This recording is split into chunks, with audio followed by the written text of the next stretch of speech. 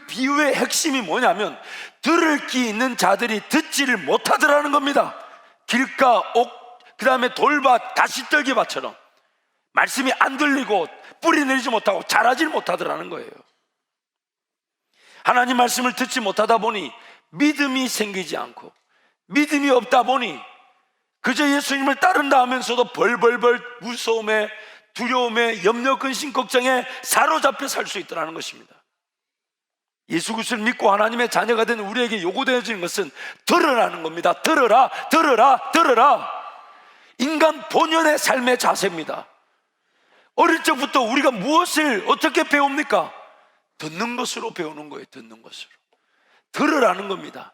들어야만이 믿음이 생겨나게 되고, 그 믿음이 주님을 주님답게 섬기며 따르게 된다는 것입니다.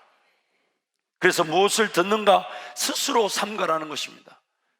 왜냐하면 들린다고 해서 다 하나님의 음성이 아니기 때문에.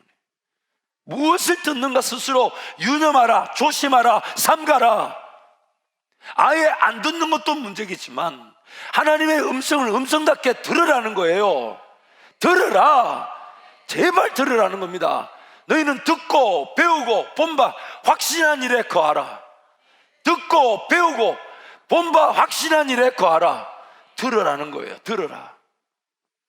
하나님의 음성을 들을 때야만이 비로소 믿음이 생기고, 그 믿음이 세상의 염려, 근심, 걱정, 두려움을 이길 수 있게 하는 것입니다.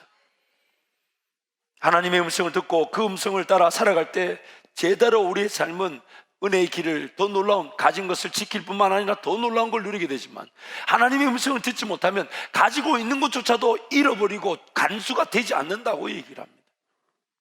예수님이 무엇을 전하셨습니까? 회개하라, 천국이 가까웠느니라. 그러므로 그 베드로의 고백은, 나를 떠나서서 나는 죄인이라는 것은 예수님의 가르치심이, 그 내용이 무엇이 있는지를, 그러나 그것이 처음에는 어떻게 받아들여지고 어떻게 믿어질지 베드로는 몰랐어요. 단지 그 말씀의 권세에 사로잡혀 그물을 내리라니까, 내가 밤새 다 해봤지만 말씀하시니까 한번 사람들도 많이 따르는 것 같고, 그래서 그물을 내렸더니 그 그물이가 찢어질 만큼 고기가 잡히고, 거기서 이 말씀의 실제 역사를 보고 예수님이 가르치신 그 말씀을 자기 것으로 믿고 받아들였던 것입니다. 이것이 바로 오늘 예수님이 베드로를 부르실 때, 그래서 베드로가 모든 걸 다 버려두고 예수를 따를 수가 있었던 것입니다. 그러므로 오늘 우리의 삶도 마찬가지죠. 하나님의 말씀을 말씀답게 듣고 그 말씀을 붙들고 그 말씀을 의지하려고 할 때 우리에게 믿음이 생겨나게 되고, 그 믿음은 진정으로 예수님을 따를 수 있는 믿음의 길을 걸어갈 능력이 된다는 것입니다.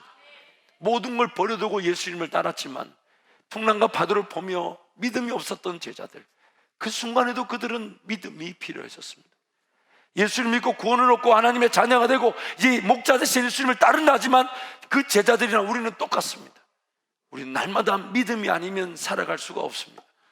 그래서 오직 의인은 믿음으로 말미암아 살리라.